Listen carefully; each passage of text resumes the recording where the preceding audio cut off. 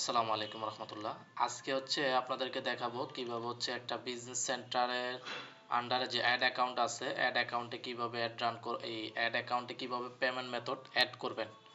তো পরবর্তী ভিডিও আসবে কিভাবে বিজনেস সেন্টারে অ্যাড করবেন। তো আজকে আপাতত টিকটক অ্যাড অ্যাকাউন্টে মানে বিজনেস সেন্টারে যে অ্যাড অ্যাকাউন্টগুলো আছে এগুলোতে কিভাবে পেমেন্ট মেথড অ্যাড করবেন। তো প্রথম অবস্থায় আপনার অ্যাড অ্যাকাউন্টে যাবেন, অ্যাডস ম্যানেজার যাবেন, ওপেন করবেন আর কি।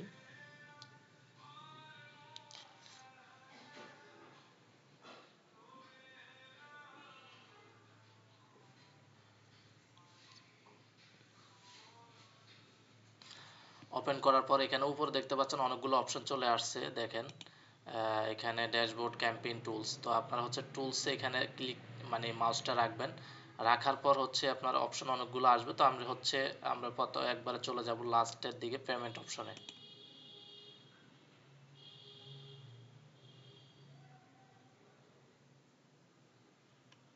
পেমেন্ট অপশন ক্লিক করার পর আমাদের অপশনগুলো চলে আসবে। তো টিকটকে হয় কি অনেক সময় আপনার যে ধরেন এটাতে ক্লিক করছেন, এটাতে ডাবল ক্লিক করা লাগে, অনেক সময় এক ক্লিক করলে আসে না, তবে অনেক সময় ডাবল ক্লিক করলেও আসে না, এবার আসছে। তো যদি না হয় তাহলে আপনার লিঙ্কটা কপি করে মানে লিঙ্কটা এরকম করে একটা হিট করবেন, তাহলে চলে আসবে।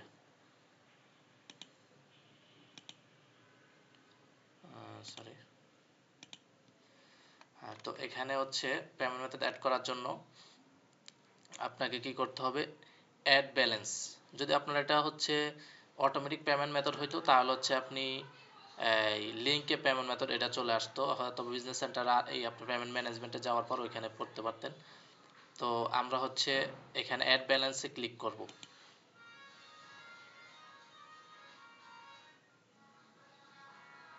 সরি, অ্যাড ব্যালেন্স একটু নেটের সমস্যা।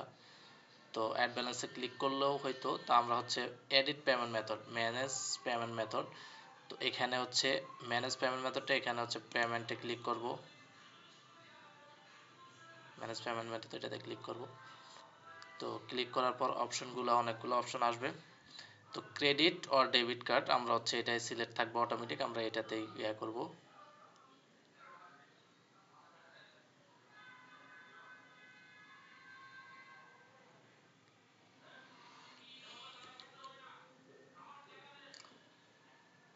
তো এখানে আপনার এই অ্যাড্রেসটা দিবেন, মানে আপনার কার্ডের যে অ্যাড্রেস সবগুলা দিবেন, কার্ডের নাম্বার, সরি কার্ডের নাম্বারটা দিবেন। তো আমার এখানে আমি কার্ডের নাম্বারগুলো দিয়ে দিচ্ছি। আপনারা এখানে কার্ডের নাম্বার দিবেন, আমি আপনাদেরকে বলে দিই। এখানে কার্ডের নাম্বার, এরপর এক্সপায়ার ডেট, কার্ডের এক্সপায়ার ডেটটা দিবেন।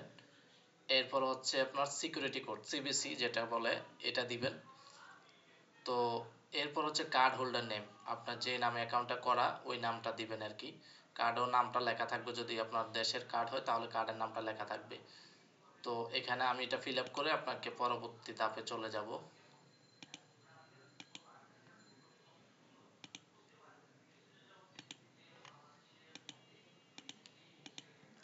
তো পরবর্তী ধাপে আপনার স্টেট অ্যাড্রেস।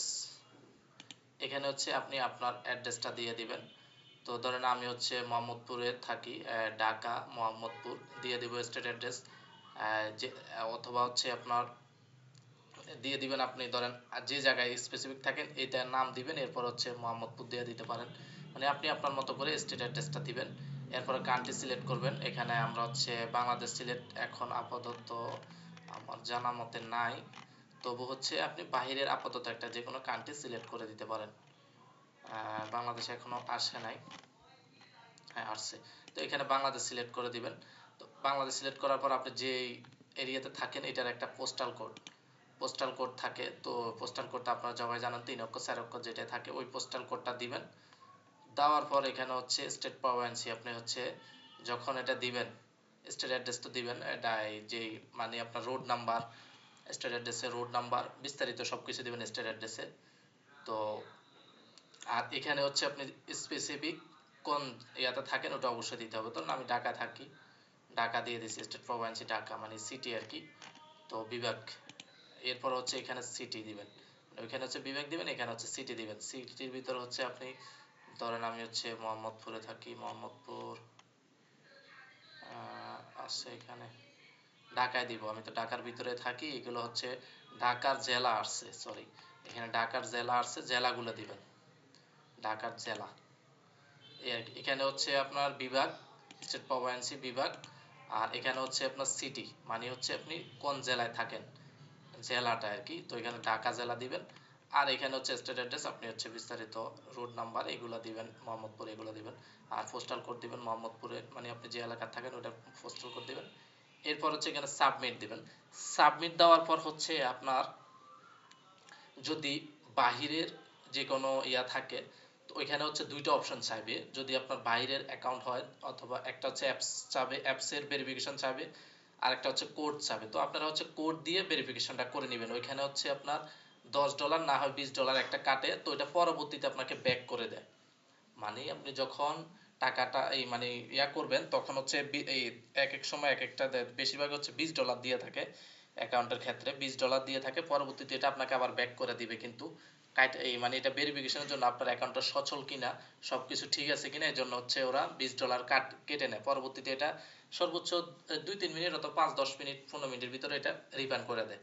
তো ওইটা হচ্ছে আপনার মেসেজ দিয়ে আপনারা করবেন, অথবা যদি বাইরে যে কোনো কান্ট্রি, যেমন আপনার পেওনার আছে অন্যান্য, ওইগুলোর হচ্ছে অ্যাপসের ভেরিফিকেশন দিয়ে করা যায়। তো আপনারা মেসেজ দিয়ে করবেন, যদি দেশের কার্ড হয় তো মেসেজ দিয়ে করে আপনারা কোড দিবেন, ওইখানে হচ্ছে অটোমেটিকলি এটা কানেক্ট হয়ে যাবে। তো এই ছিল পেমেন্ট মেথড অ্যাড করা। যদিও তবু না বোঝেন আপনারা হচ্ছে, আশা করি বুঝে গেছেন, না বোঝার কোনো কিছু নেই। অ্যাড্রেসগুলো এগুলো দিবেন। তো সবাই ভালো থাকবেন, এই চ্যানেলটি সাবস্ক্রাইব করে রাখবেন। আসসালামু আলাইকুম।